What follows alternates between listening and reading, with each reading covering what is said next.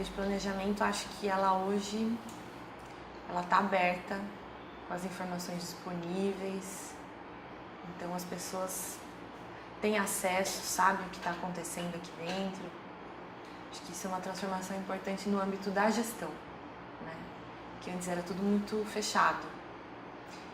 Acho que no âmbito da cidade é poder discutir a cidade, sem medo de discutir a cidade. E criar, acho que uma consciência coletiva qualificada. Que eu acho que o processo do plano diretor, todo o processo do plano diretor, criou um grande número de pessoas que hoje olham para a cidade e conseguem discutir a cidade de uma forma bastante interessante. Então, acho que essa questão de abrir a secretaria enquanto gestão, acesso de informações e abrir uma discussão na cidade também ao mesmo tempo, acho que foram as grandes questões desses 4 anos. A gente também retomou essa escala, né, no planejamento, vamos chamar territorial, que aí abrange urbano e rural. É muito fácil, ao longo dos anos, olhar para a cidade como um grande polo de desenvolvimento. Jundiaí tem essa característica, né? Tá entre Campinas e São Paulo, IDH, fantástico, 7ª economia do estado, enfim, índices aí invejáveis, né? Principalmente no momento atual, econômico atual, ela mantém esses índices, empresas vindo para cá. Não tem crise aqui no setor de planejamento nem no setor de obras. As aprovações continuam entrando, continuam caminhando, nesse sentido não tem crise nenhuma, né? E aí, quando a gente retoma nesse processo de planejamento esse olhar para a pessoa, a gente diz muita coisa, né? Primeiro, a gente diz que o que é importante é passar pela cidade? Também, mas é olhar para a cidade, é aproveitar a cidade. Eu acho que uma das funções sociais, né, que a gente fala, e foi muito discutido no plano diretor da cidade, é o quê? É produzir bem-estar para os seus moradores. Como é que você produz bem-estar para os seus moradores? Você só propicia boas vias para o seu carro passar? Não, você propicia bons lugares para estar, com a sua família, seu namorado, seus amigos, de uma forma com qualidade, né? Com segurança. Então, você atuando na escala da pessoa, primeiro os investimentos são menores. E quando a gente olha para o cenário econômico, a grande sacada daqui para frente, acredito que nos próximos anos, é olhar para intervenções menores, que dão resultado mais imediato, inserir a população na discussão dessas intervenções, que são os testes, que é um pouco o que a gente fez no urbanismo caminhável, fazer junto. E aí você aproxima a gestão das pessoas, intervém, testa, deu certo, funcionou bacana, vira política pública e fica permanente. Erra menos, né? É muito interessante, né? Porque se a gente pegar, por exemplo, o projeto da Ponte Torta, que não foi só uma obra de resgate do patrimônio, foi uma discussão sobre a memória da cidade, sobre os valores, né? Porque o patrimônio, na verdade, é o valor que a sociedade dá para ele. Então, a Ponte Torta, nesse projeto, quando a gente insere os moradores, o entorno, o dono do posto de gasolina, o mercadão, a senhorinha, quem passava ali com seu pai, com a sua mãe, e eles começam a passar isso para os seus netos, filhos e netos, você vai perpetuando esse valor emocional que as coisas têm, que a memória tem. Então, a Ponte Torta, ela já começou inserindo a população nessa discussão, para entender se de fato ela tem valor. Ela tem valor, não é só um monte de tijolos numa construção em arco, ela tem valor emocional que a sociedade atribui a ela, então ela foi ressignificada. Quando a gente trabalha urbanismo caminhável, começa a andar a cidade, fotografar problemas e soluções, discutir em grupo com setores, intervir, trabalhar marcenaria, colocar na praça, olhar para um banco e falar, por que o pessoal não senta nesse banco? O que está acontecendo? Ah, é desconfortável, não dá para ficar mais que 10 minutos aqui. Se a gente colocar um encosto, tá? Se colocar um encosto e medir depois, a frequência para sentar nesse banco triplicou. Então o mobiliário urbano não está atendendo o anseio das pessoas, ele está desconfortável. E por que ele está desconfortável? Ah, para ninguém dormir no banco. Tá, mas aí é um outro problema que a gente precisa resolver com política pública relacionada à questão social. Mas as pessoas têm o direito de sentar e estar confortáveis na praça, né? E essa discussão foi sendo feita, né? Foi aberta, eu acho que Ponte Torta é um projeto muito bacana, emocional mesmo, mas Urbanismo Caminhável foi uma grande discussão sobre o uso da cidade e as intervenções na escala humana, na escala da pessoa, e as intervenções baratas na escala da pessoa, para a gente testar se funciona. E depois o plano diretor, com essa ampla participação, discutindo o quê? Leis, planos e programas para 10 anos. Então já aí se insere um pouco esse olhar do urbanismo enquanto uma política pública permanente na escala humana. Olha, acho que primeiro o plano ele foi um processo participativo e deliberativo. Então ele não ficou só no participativo, ele foi além. Segundo, a gente, desde o início do processo, nós não trabalhamos só a elaboração de uma lei. Nós trabalhamos uma conscientização da população, seja através dos segmentos, dos conselhos ou dos representantes de bairros, de nivelar um conhecimento sobre a discussão da cidade. Por quê? O plano diretor é um instrumento muito específico, restrito tradicionalmente a especialistas, a técnicos, a profissionais que trabalham diretamente com ele todos os dias e a gabinetes. E a gente quis levar essa legislação, essa discussão sobre a cidade, vamos chamar assim, né? Mais próximo das pessoas, mais próximo daquela senhora que mora no bairro e sabe por que o bairro dela, por exemplo, perdeu qualidade nos últimos anos, por que ela tinha sol no quintal dela e agora tem uma torre gigantesca e as plantinhas dela não vão mais para frente, porque ela tinha sol, mas agora ela não tem mais. O que aconteceu para aquele prédio gigante estar ali de uma hora para outra? Né? Então, chegar nessa escala, eu acho que a gente conseguiu. Nunca é suficiente, né? 11 mil participações, podia ser 20 mil por dia, 30 mil por dia, mas eu acho que é um processo contínuo de discussão da cidade. Então, essa discussão foi feita, esse processo com os delegados, esse empoderamento da população, né? Eu me lembro muito da tratorada na Câmara, que foi um momento absolutamente emocionante do processo. Não foi estimulado pelo poder público, foi uma iniciativa genuína do movimento da agricultura, né? Eu me lembro uma frase deles: a agricultura existe e resiste, né? E o poder público, nesse caso, queria manter a agricultura, mas é lógico que cada setor tem o seu interesse, tem a sua visão, e todo mundo vai puxar um pouquinho para o seu lado. Isso é absolutamente legítimo, a gente nunca disse que não. O que a gente precisa e fez é sentar todo mundo na mesa, colocar cada um a sua necessidade, vamos dizer assim, e a gente discutir coletivamente o que é bom para a cidade. Quando a gente chegar nesse consenso aqui, os problemas estão esgotados? De jeito nenhum. Mas a gente vai ter que perseguir isso aqui, que é o processo que a gente tem agora. Né? A lei está aí vigente desde o dia 7 de julho desse ano.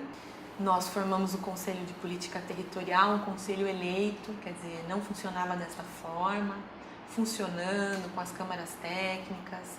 A ideia daqui, está no prazo da lei, 1 ano e meio, é formar os conselhos regionais. Portanto, teremos eleições nas regiões dos bairros, serão 140 conselheiros. Esses conselheiros alimentam o Conselho de Política Territorial, que faz a grande gestão do território da cidade com controle social. Então, não é um processo que parou com a aprovação da lei. Muito pelo contrário, quando a lei foi aprovada, a gente já estava trabalhando nos prazos que a gente tinha para cumprir a legislação. E aí, quando a gente fala que é uma legislação autoaplicável e durante todo o processo até sofremos críticas, né? Poxa, vocês estão juntando o plano diretor com lei de uso e ocupação do solo? Sim, por quê? Porque a gente diz o que, aonde, como, em quanto tempo. E aí você consegue implantar um projeto de cidade nesse plano de 10 anos. A legislação, ela é um bebê, né? Acabou de ser aprovada. Alterar a legislação sem uma justificativa muito forte é algo que até tem os mecanismos de controle institucionais, né? Não pode ser desta forma, né? Um plano diretor, pelo Estatuto da Cidade, que é uma lei federal de 2001, ele pode ser revisto em 5 anos, 10 anos. Você não pode alterar a cada 1 ano. E aí, quando a gente institui esse conselho, no plano diretor tem um capítulo de gestão democrática, coisa que tradicionalmente também a gente nunca viu funcionar. Para funcionar. Quando a gente junta o plano e a lei de uso e ocupação do solo, a gente começa a aplicar a lei na cidade e naturalmente dúvidas ou ajustes vão acontecer. A gente tem um conselho de política territorial para entender o que precisa ser ajustado, e aí as câmaras técnicas nesse conselho funcionam junto com técnicos da prefeitura. Enfim, isso é um processo também contínuo.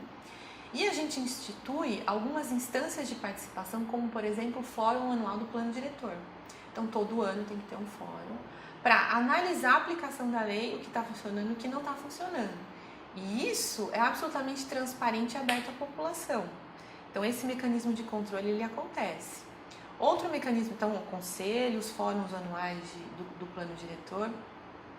Outra coisa muito interessante que a gente vem trabalhando, o próprio site do plano diretor vai virar a ideia, né? Enfim, espero que possa ter continuidade. Um portal onde o conselho acessa e todas as informações do andamento do plano também ficam ali disponíveis, coisas que a gente também não tinha até agora. Porque o plano tem projetos a serem alcançados nessas metas, tem planos e programas. Por exemplo, o plano de desenvolvimento rural é um plano que no plano diretor tem prazo de 1 ano para estar pronto. E como é que vai ser o acompanhamento? Através do conselho, do site e dos fóruns anuais, né? Então, o segmento rural, por exemplo, que foi até a Câmara com os tratores, daqui 1 ano vai estar cobrando esse plano ambiental, porque sabe e porque deliberou e porque participou e votou que em 1 ano ele tem que estar funcionando. Que é por quê? Porque se, por exemplo, no caso do plano ambiental, né, plano de desenvolvimento rural, a agricultura na cidade não dá mais lucro, o agricultor está desestimulado, é mais fácil vender, fácil um loteamento, com certeza é mais fácil vender. Por que isso? Porque tem ausência de política pública que faça com que ele tenha retorno, mecanismos, instrumentos que façam com que ele tire lucro da terra, da mesma forma como qualquer empreendimento imobiliário tira lucro da terra, o agricultor também tem que tirar e pode tirar. Mas aí o poder público tem que dar essa condição. Então o plano diretor ele institui tudo isso. Também muito importante, e eu sinceramente espero que a próxima gestão faça isso, alinhar o plano diretor, que é uma lei nova, com o PPA. O PPA é o plano, né, para 4 anos, obviamente tem a plataforma do plano de governo. Ali se define basicamente o que vai acontecer em 4 anos.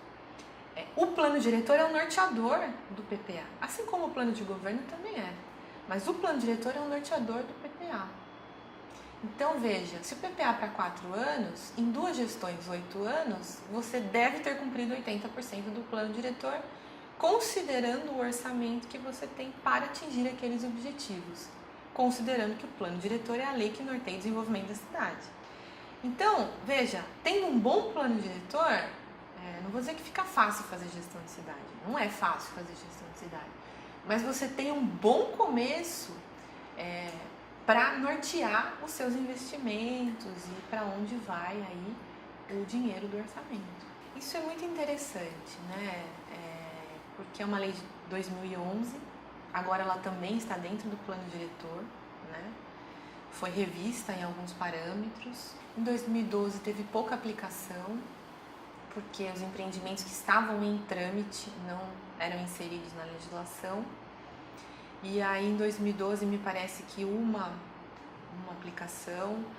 Como o instrumento também era muito novo, tem isso, né? Às vezes a gestão precisa entender um pouco para saber como regrar o instrumento. Então, também um instrumento novo, acabava entrando um pouco como contribuição de melhoria, ou seja, virava asfalto.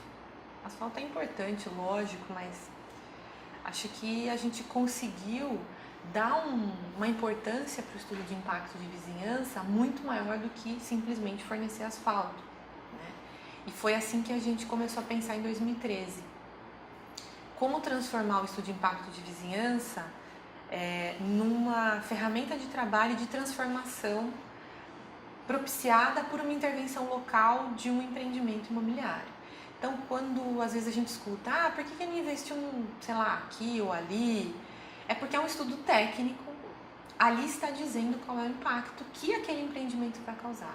E cada empreendimento causa um impacto diferente do outro. Esse, às vezes, causa um impacto de vaga na escola, vaga em creche, às vezes em UBS, às vezes é um impacto de desqualificação urbana no entorno, às vezes é um impacto positivo de potencializar o número de pessoas que vão circular por ali. Um empreendimento no centro, que acabou nem saindo, que nós revitalizamos as 3 praças centrais. Ele tinha um térreo com a fachada ativa, lojas, e ali era um impacto positivo, porque ia levar gente circulando para uma região que tinha problema de segurança à noite. Então tem também impacto positivo.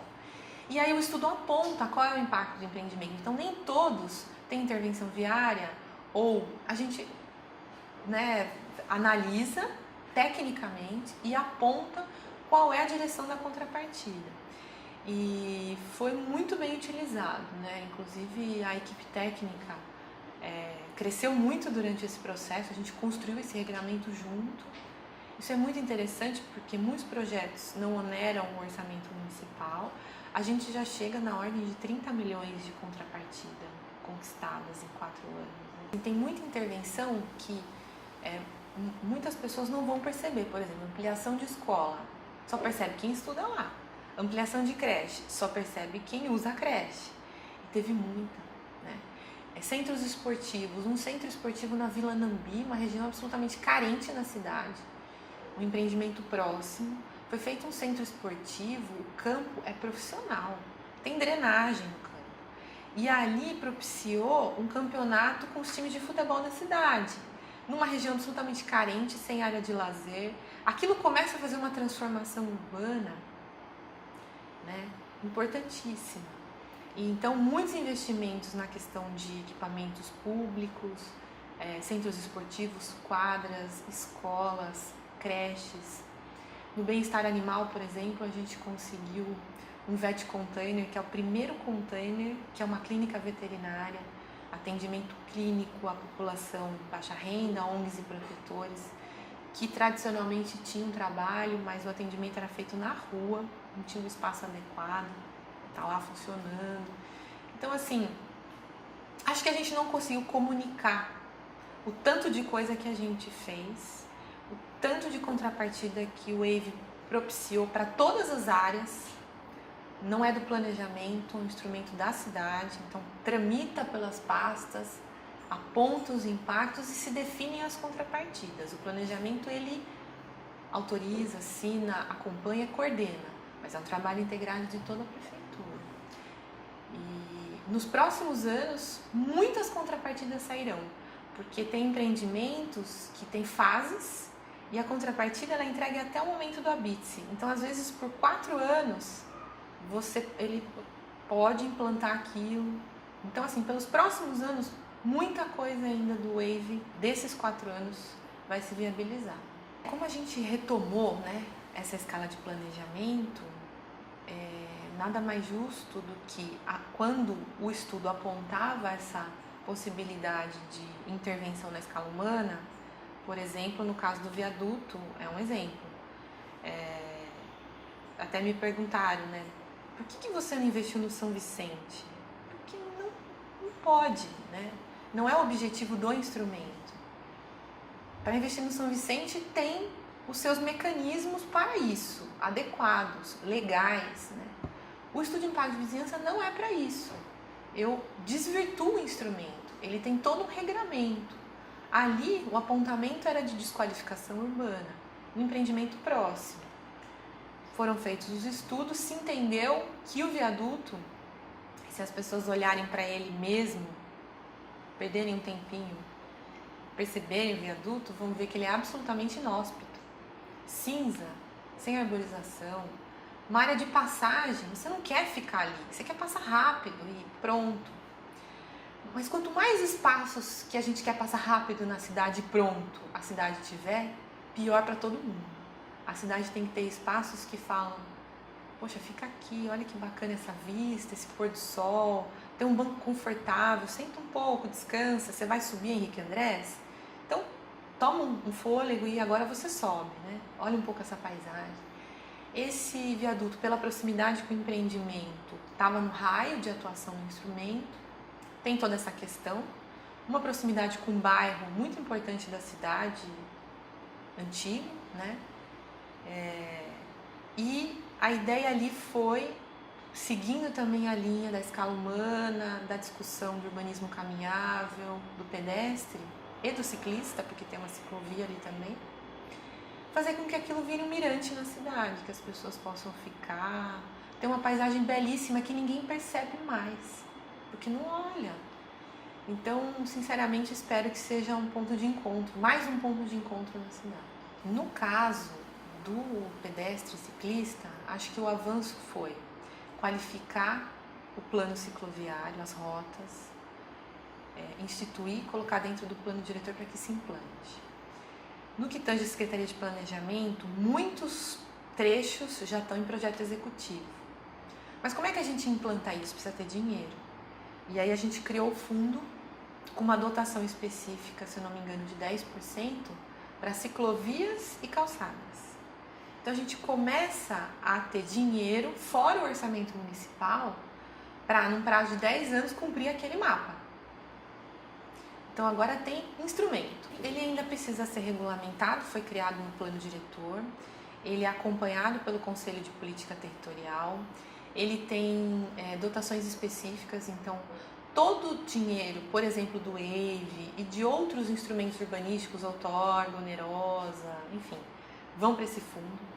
Acho que 25% é para habitação social, 20% é para o desenvolvimento rural, 20% é para o desenvolvimento urbano, então intervenções gerais, 10% é para calçadas e ciclovias, eu acho que 5% é para patrimônio histórico e fica uma porcentagem aberta para o conselho poder também decidir alguns investimentos. Agora você tem um mecanismo, então você tem um plano diretor, que lá está um plano, por exemplo, cicloviário, e precisa ter o plano de calçadas, que a gente começou a desenvolver, e você tem de onde vem o recurso para implantar. É só programar e fazer. Então, o mecanismo está aí colocado. Acho que nós, né, de 2013 para cá,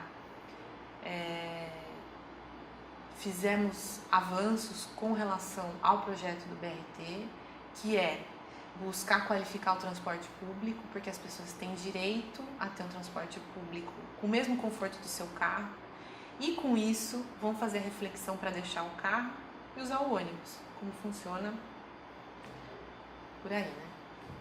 Onde a gente sabe que funciona. Então, acredito que houve um esforço muito grande no caso da Secretaria de Transportes no avanço desse projeto do BRT.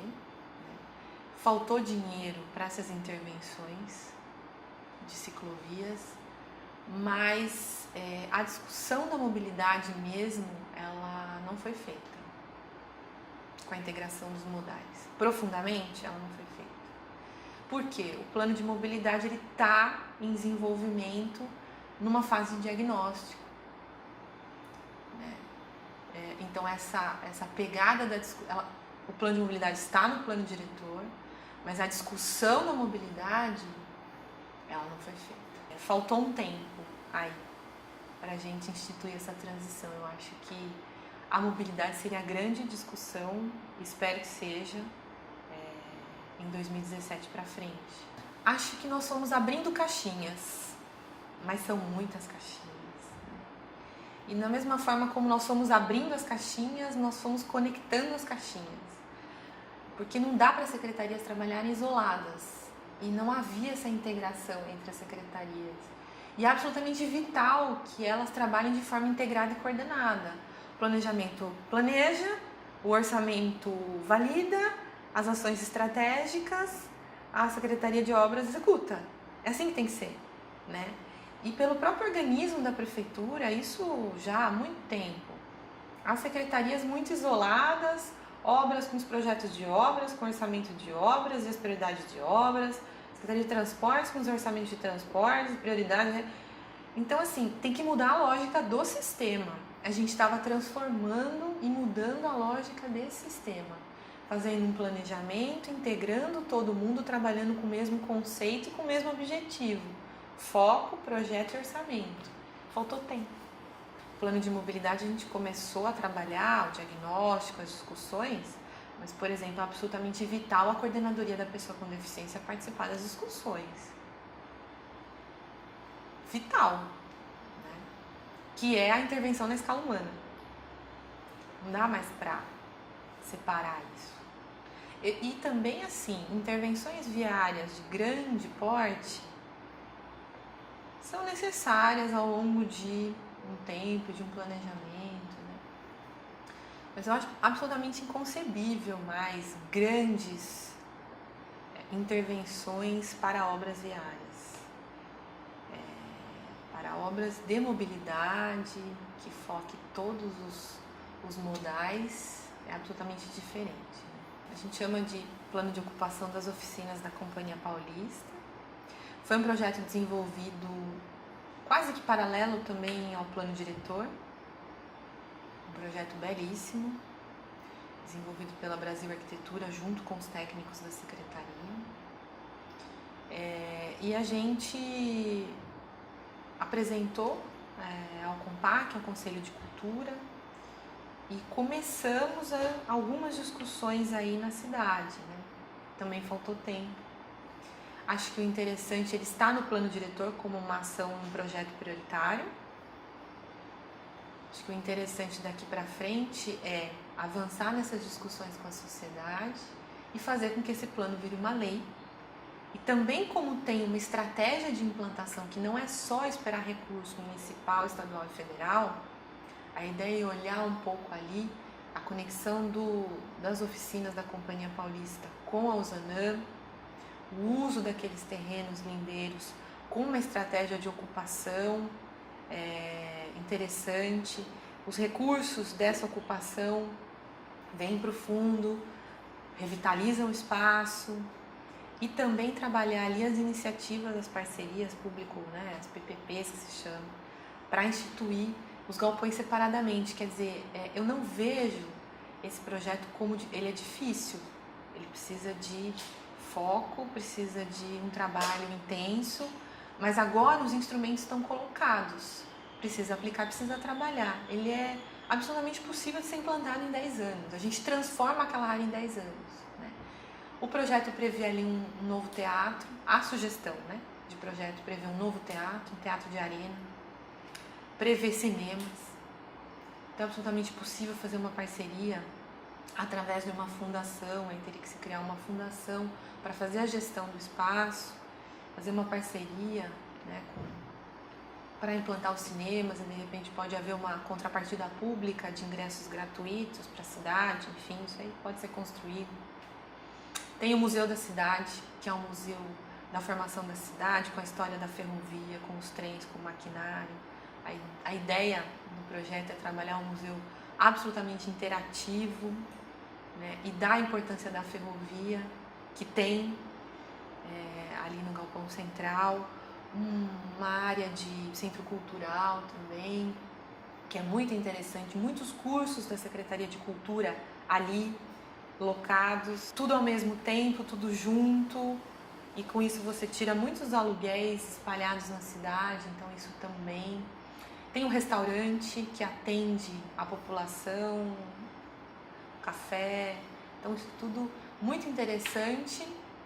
E um último galpão, que a ideia é fazer uma grande área de espetáculos, com uma conexão onde hoje é o estacionamento ali do Poupa Tempo, de uma praça de eventos. Então, essa conexão interna e externa. Estacionamento subterrâneo, então não tem carro ali, tem pessoas, né? Uma conexão com a Ferroviários, Imagino que as pessoas passam de carro ali, vem aquele muro e não sabem o que tem ali. Então, essa integração das oficinas com a cidade, como parte da cidade, muito interessante. E a conexão com o lado de lá, com o Ozanam. E o projeto da Nova Ozanam também viabilizado por essa estratégia da outorga do fundo. Então tem parte do projeto da Nova Ozanam ali como sugestão também, como a principal via de caráter regional da cidade, principal via de desenvolvimento da cidade. E um parque que conecta essas áreas e, portanto, pode servir tanto de área de lazer para essa nova ocupação da Ozanam, seja de escritório, comércio, serviço, habitação, que for, e uma conexão por baixo do trilho do trem, os valões, fazendo a ligação com o lado de lá. Isso tudo alinhado com o IPHAN, seguindo as diretrizes do IPHAN, trabalhado em conjunto com o IPHAN. Então, não posso dizer que está aprovado pelo IPHAN, porque não tem um carimbo, mas foi construído junto, tem um aval. Então, é um projeto que está bem avançado para que seja também estratégico para os próximos anos. Primeiro, essa coisa da participação sempre foi muito forte, né, em mim, assim.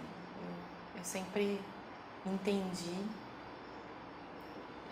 que a gestão pública ela tem que descer um pouco, né, e estar mais no nível do diálogo com as pessoas, menos impositiva e mais compartilhada. A gente erra menos, né? Então acho que isso sempre foi muito forte, assim. Mesmo na época no escritório, eu participava dos conselhos, do IAB, isso não mudou, só amplificou, né? E acho que amplificou na certeza de que é possível. É possível ser gestor público, é possível fazer a discussão sobre a cidade de uma forma positiva, crítica sim, mas sempre positiva. Você sempre tira uma coisa boa, você sempre aprende. Quem critica sempre aprende, lógico, quem quer ouvir, né? Sempre aprende. Então, todo mundo ganha, né? A gente sempre ganha. Acho que isso ficou muito amplificado. Acho que eu não estava enganada. E a certeza de que, principalmente nos tempos que a gente vive, difíceis, a participação social é o caminho. É o único caminho. Mas a gente tem que qualificar essa discussão. Tem que dar informação e tem que discutir. Por que você não fez isso? Mas por que você está falando isso? Não, peraí. Por que você está falando isso? Vamos lá. Então, mas não funciona assim. Funciona assim. Ah, mas então você podia ter feito isso então, mas... Tem razão. Podia ter feito isso. Mas podia ter feito isso também. Poxa, romper essa barreira de que a gestão pública sabe tudo, o cidadão tem que só estar ali ouvindo ou... Não. É tentar aproximar isso ao máximo. E não é fácil, mas é absolutamente enriquecedor e tiro pelo processo do plano, né? É mágico. Você vê gente que não sabia que era plano diretor discutindo a cidade. É uma coisa assim que não é impagável.